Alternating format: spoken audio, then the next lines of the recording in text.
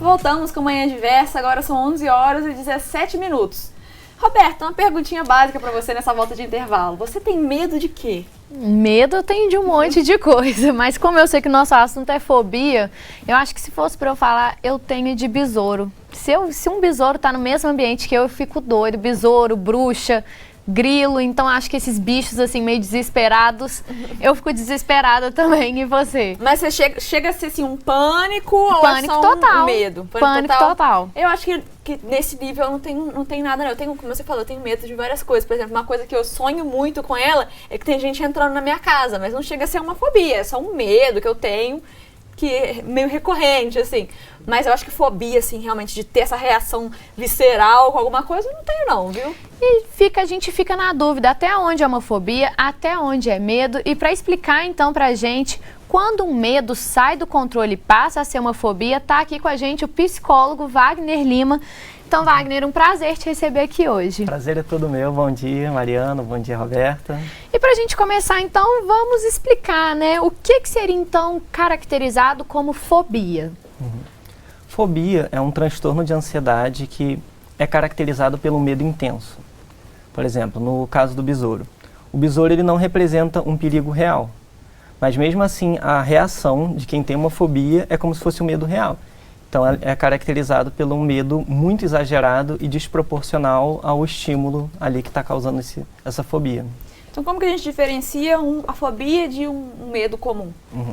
Então, o medo comum, ele faz parte da nossa sobrevivência e ele é necessário. Então, quando a gente se depara com um risco, um perigo, o normal é a gente sentir medo.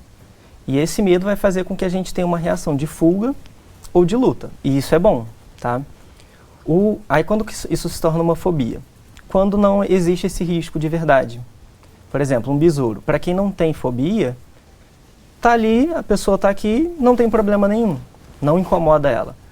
No caso da fobia, aí já vem um medo muito exagerado, e aquele medo para essa pessoa é real, mas o perigo não é tão real assim.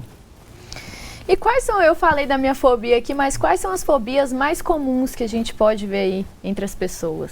O mais comum disparado é a aracnofobia, que é a fobia de aranhas. Tem também fobia de altura, fobia de cobras também é muito comum. Claustrofobia, que é aquela pessoa que tem dificuldade em ficar em um ambiente fechado, pequeno. Isso gera muito medo nela. Altura, como eu já disse também. Agorafobia, também é muito comum, que é aquela pessoa que evita filas, evita multidões, que ela tem medo de passar mal nesses lugares, então também é muito comum. E a fobia social, que é aquela pessoa que tem medo de se expor. Ela tem medo de ser o centro das atenções. Também é muito comum. Interessante a gente ver essas variedades, né? Porque está ali em diversos contextos, seja social, seja com os animais, como a gente está trazendo aqui. Então, realmente, a gente precisa de ampliar também o que a gente entende, né, por essas fobias. Com certeza. E o Manual Diagnóstico e Estatístico de Transtornos Mentais classifica a fobia em 3 categorias.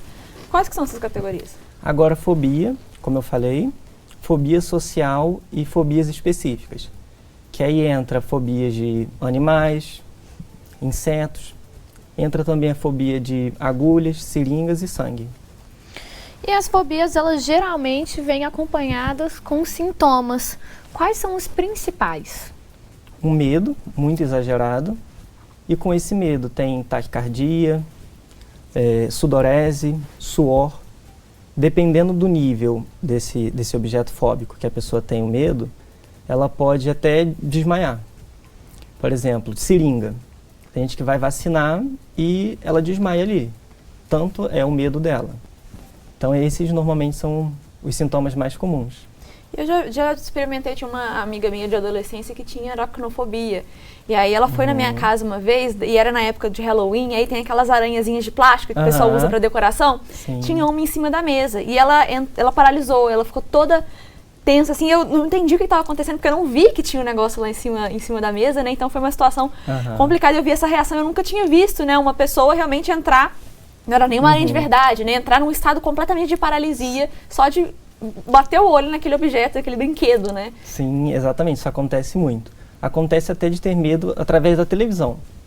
Dependendo do medo mesmo que a pessoa tem, estiver passando um filme e passar uma aranha, ela vira o rosto. E ela tem aquela reação de medo, como se fosse ali uma aranha em cima dela. E para a gente entender, então, o que pode desencadear uma fobia? Ela pode surgir sem nenhum motivo aparente ou geralmente ela está ligada a um trauma, a alguma experiência? Então, a fobia, ela é aprendida em algum momento da vida, tá? Às vezes através de um trauma que a pessoa passou, por exemplo, um medo de altura.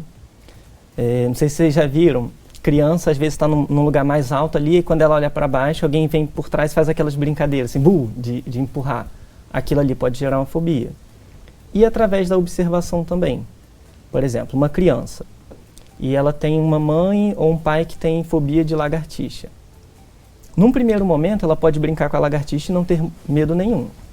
Mas ao ver os pais dela sentindo medo, sempre fugindo ali, tendo reações realmente fóbicas, essa criança vai aprendendo. Ela começa a aprender que a lagartixa é um perigo. E ela pode, posteriormente, ter essa fobia. Ou também notícias. Por exemplo, fobia de avião. A gente sabe que avião é um meio de transporte seguro. Mas se uma pessoa assiste filmes com frequência, avião caindo, ou notícias, às vezes ela começa a interpretar como um risco também. E pode se tornar uma fobia. Eu acho que é interessante a gente pensar, né, fazer essa diferenciação do medo para a fobia, porque é muito comum a gente ver as pessoas banalizando, né? Às vezes tem medo de alguma coisa e fala, eu tenho fobia de tal coisa. Então é o tipo de palavra que a gente tem que se policiar para a gente entender um pouco mais e diferenciar. E o ataque de pânico associado a uma fobia específica, por exemplo, o medo de ficar preso no elevador, né? Ele costuma se estender a outras situações da vida diária da pessoa. Nesse caso, por exemplo, a pessoa tem medo de ficar presa no elevador. Ela pode sentir esse medo mesmo que ela não tenha um elevador na situação, ou que tenha, né, de pensar em talvez ter que entrar no elevador. Enfim, como que se manifesta? Pode sim. Normalmente, quem tem fobia, às vezes isso se manifesta até antes.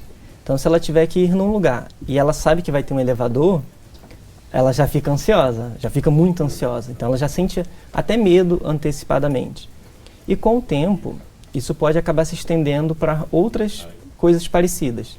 Então, outros ambientes parecidos com elevadores, pode ser que ela comece a apresentar medo também. E isso vai influenciar na vida dela como um todo, porque pode ser que ela não consiga mais trabalhar se for um lugar alto. Depois de um tempo, começa a evitar realmente sair na rua, às vezes supermercado. E isso realmente pode se estender para o resto da vida dela. Os impactos, né, as consequências, elas podem ser bastante significativas quando a gente fala dessas fobias. Por exemplo, essa que a Mari falou, a pessoa tem fobia só de pensar em elevador e aí... uma amiga que mora lá no 20º andar, como que vai fazer, né? Então, assim, realmente a gente tem essas consequências e esses impactos que precisam de ser discutidos e também tratados. Inclusive, a próxima pergunta do próximo bloco vai ser sobre isso, se existe tratamento, se existe cura. E se você de casa tem alguma fobia pra gente, já passou por alguma situação que ficou marcada na sua memória, manda seu comentário ou dúvida que no próximo bloco a gente responde. A gente vai para um rápido intervalo e a gente volta já já.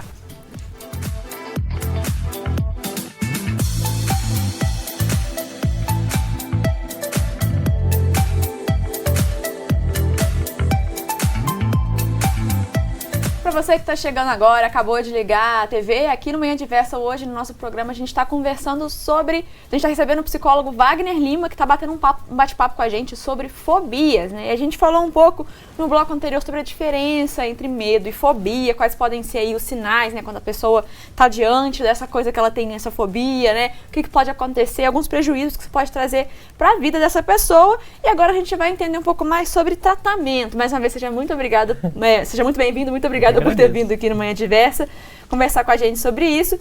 Vamos lá então, a pessoa tem uma fobia, realmente é algo que causa um prejuízo na vida dela, mas existe tratamento, cura, como que é? Existe sim.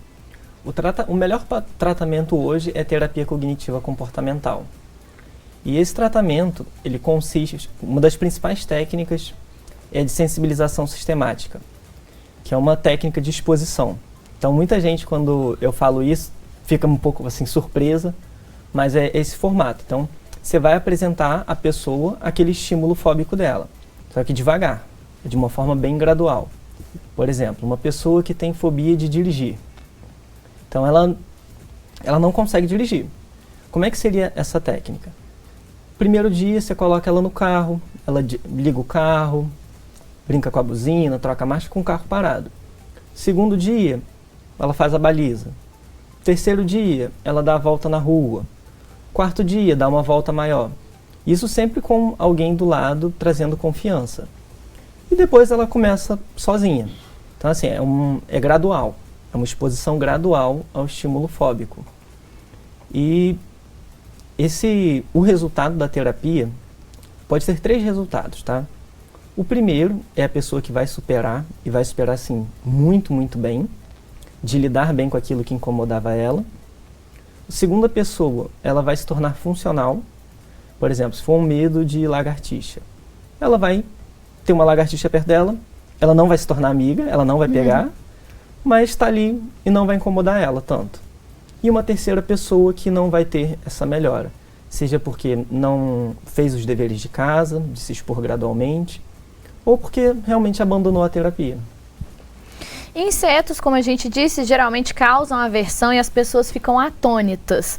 Nesse caso, qual que é a diferença de uma reação que seria aceitável diante desse estímulo que é aversivo para muitas pessoas, para uma reação exagerada? Tá. O normal, que é o sentir medo, ou nojo, né, dependendo do inseto. Apareceu aquele inseto, você consegue lidar com ele. Seja para tirar ou deixar ele quietinho ali na dele, você consegue lidar. No caso da fobia, não, a pessoa não consegue lidar com aquilo ali. E às vezes, por exemplo, se for uma fobia de barata, ela vai correr, ela vai gritar, ela vai subir em cima de uma cadeira. Então, tem essa diferença. A reação é muito mais exagerada e totalmente desproporcional ao que está causando medo ali para ela. A gente falou aí de alguns animais que estão presentes no nosso dia a dia, né, que são as lagartixas, baratas, até as aranhas, né, que às vezes entram na nossa casa sem a gente querer e a gente precisa realmente, se a pessoa tem esse medo, ela vai ter que lidar com aquele animal de uma forma ou de outra em algum momento. Mas existem outros animais também que costumam gerar esse tipo de reação fóbica nas pessoas, sejam animais que a gente convive no dia a dia, sejam animais que estão às vezes distantes da gente? Tem. O que a gente mais convive, na verdade, e que causa fobia em muita gente é cachorro. Tem muita gente que não consegue lidar. Seja por algum trauma, enfim, ela não consegue lidar. Tem também, que é menos comum, assim, cobra, né? Escorpião também tem muita gente que tem fobia, barata. Borboleta, também eu já vi, tem gente que acaba generalizando. Às vezes começa com uma borboleta em específica, depois começa a generalizar. Qualquer bichinho assim parecido com borboleta, a pessoa tem a reação fóbica. Quando eu era criança, eu tinha medo de borboleta. Assim, eu tenho uma lembrança direitinho da minha infância que tinha uma borboleta voando na escada lá da minha casa e eu não subi a escada. Eu fiquei ali embaixo esperando alguém me avisar que a borboleta foi embora, porque eu não ia subir a escada com a borboleta lá, não sei também se chegava a ser uma fobia. Mas eu superei por conta própria, agora lido bem com as borboletas, gosto delas, acho elas lindas, mas eu morria de medo. Vi uma borboleta longe, eu já saía correndo, porque não sei porquê, mas aí. E essa de cachorro, ela chama atenção, né? Porque cachorro, geralmente, se a gente for pegar, no geral, as pessoas têm carinho, conseguem fazer ali aquela troca, mas realmente tem pessoas que, tipo, talvez por alguma experiência, algo ruim, tem essa aversão, né, ao cachorro. E agora é o seguinte, como lidar com alguém que está tendo, então, uma reação exagerada devido a uma fobia? Como a gente consegue acalmar? E, mais importante, o que não se deve fazer? O primeiro passo é compreender que aquele medo é real. Para quem vê de fora, sabe que não existe um perigo real, mas o medo para aquela pessoa é real, ela está sentindo realmente medo. Então, é ter paciência com ela, passar confiança, segurança, que nada vai acontecer, e, se possível, afastar ela ou o objeto que está trazendo aquela fobia, para que assim ela fique mais tranquila de novo. E do que não fazer, não menosprezar. Não tratar como se não fosse realmente um medo, ou por exemplo, se for o medo de um bichinho, pegar esse bichinho, querer jogar em cima dessa pessoa ou fazer brincadeiras de mau gosto. Não é o ideal. Inclusive pode piorar essa fobia. Ou até causar uma fobia em alguém que já não tenha, né? Exatamente. E existem fobias, né, com coisas que representam um perigo real, mesmo que distante. Por exemplo, um animal peçonhento é perigoso. Algum ferimento, né, medo de altura. Se a pessoa cai, realmente é perigoso. E existem outros que parecem medos descabidos, né? Por exemplo, quem tem medo de palhaço. Quem tem medo de algum animal que é completamente inofensivo. Isso aí, por exemplo, o caso das borboletas, né? Sim. Porque a borboleta não vai te machucar, mas tem gente que tem medo mesmo assim. E pra quem vê de fora, pode achar que uma é mais justificada do que a outra e aí não respeitar o caso da pessoa, por exemplo, que tem medo do palhaço ou a fobia da borboleta, enfim. Sim. Mas é importante a gente ressaltar aqui que precisa respeitar e acolher independente do caso, né? Exatamente. Como eu falei, o medo para essa pessoa é real. O corpo dela ali está disparando adrenalina, cortisol, e ela realmente está sentindo medo. E esse medo de palhaço, ele tem uma influência muito grande de filmes, assim como o medo de bonecos também. Dificilmente a gente tem um trauma com um palhaço. Então é mais a questão de filmes que influenciam as pessoas a terem esse medo. E a gente pediu participação do pessoal de casa e as pessoas já estão enviando perguntas e comentários. Primeiro eu queria falar do comentário da Maria Madalena, de Juiz de Fora, que ela falou o seguinte: muito bom, obrigada meu psicólogo, superei meu medo. Então realmente mostrando aí na prática que sim, tem tratamento, tem cura. E aí eu quero falar também sobre a pergunta do Rafael Calisto, também de Juiz de Fora, que é o seguinte. Bom dia, eu gostaria de fazer uma pergunta para o Wagner Lima. Quando eu sei que é a hora de procurar ajuda? Ótima pergunta. No momento que causa prejuízo, que causa sofrimento. Uma coisa é ter um medo de palhaço e não ter que lidar com nenhum palhaço. A gente não sai na rua e tem que lidar com palhaço. Então, dificilmente isso vai causar prejuízos para essa pessoa. Mas digamos que surja um circo do lado do trabalho dessa pessoa e vai ter palhaço, então ela vai ficar com medo. Isso pode impactar na vida dela não conseguir ir trabalhar. Então, no momento que isso causa sofrimentos, que isso causa prejuízos, esse é o momento de procurar. A gente recebeu um relato aqui do Tiago, do bairro Borboleta, aqui em Juiz de Fora, que até tem relação com o exemplo que você deu. Que ele falou que a esposa dele tomou um trauma e pânico, né? Criou uma fobia aí por conta de um acidente automobilístico e que agora, todas as vezes que sai de carro, ele não especificou se dirigindo ou como passageiro do carro, ela fica tensa, pensando antecipadamente em tudo que pode acontecer no trânsito, fica preocupada o tempo todo, enfim. E aí eu acho que vale também a gente dar essa dica aí pro Tiago e pra esposa dele, de que é bom procurar ajuda, né? Sim. Inclusive, nesse medo, é muito importante porque às vezes é necessário que ela dirija, seja por uma emergência. Então, é uma coisa que traz um impacto muito grande. E o que seria ideal é procurar terapia e tratar esse medo dela para que ela volte a se tornar funcional dentro desse aspecto. E estamos vendo aqui nos casos que o pessoal de casa está participando que muitos vêm realmente de uma experiência traumática que não foi muito bem processada e que gerou essa fobia. Sim. Que também é o caso da Amanda Belotti, que mandou pra gente a participação falando o seguinte: uma barata me mordeu quando eu estava dormindo. Meu medo de barata depois disso piorou muito. Como eu posso aliviar esse medo? Eu tenho medo até de barata morta. Então, realmente, como conseguir, né, aliviar? Como que seria o tratamento no caso da Amanda? Tá, vamos lá. O primeiro, um dos passos assim, é trabalhar a forma que ela interpreta aquele medo. Para ela começar a perceber que aquilo ali não traz realmente um risco real para ela. Ela começar a ver a barata de uma outra forma. Talvez ela tenha muito nojo. Começar a ver com outros olhos. E também fazer essa exposição gradual. Mas de uma forma assim, muito gradual, até porque ela tem medo até de barata morta, né? Então, de uma forma muito gradual, com muita paciência, até ela conseguir lidar com o medo de baratas dela. E essa experiência dela foi muito negativa, né? De ter uma barata mordendo. Com certeza, mas é isso, é um processo, tem que ter paciência, mas que sim, existe tratamento, existe cura. Então, muito obrigada para o pessoal que está acompanhando a Manhã Diversa e que participou aqui com a gente. Que bom que a gente conseguiu trazer essa luz e muito obrigada, então, pelos seus esclarecimentos, Wagner, porque a gente está vendo aqui que causa impactos muito negativos na vida dessas pessoas. É medo de trânsito, é medo do que vai acontecer quando uma pessoa pega o carro, é medo de uma barata. Quando a gente fala que passou na rua de noite é um monte de barata, então isso vai causar esses transtornos, mas que sim, tem cura, tem tratamento. Então, muito obrigada pela sua participação aqui hoje. Eu que agradeço a oportunidade de estar aqui e falar sobre esse tema, que é muito importante e que ainda é visto por muitos como algo pequeno ou por brincadeiras, né? Isso aí, muito obrigada.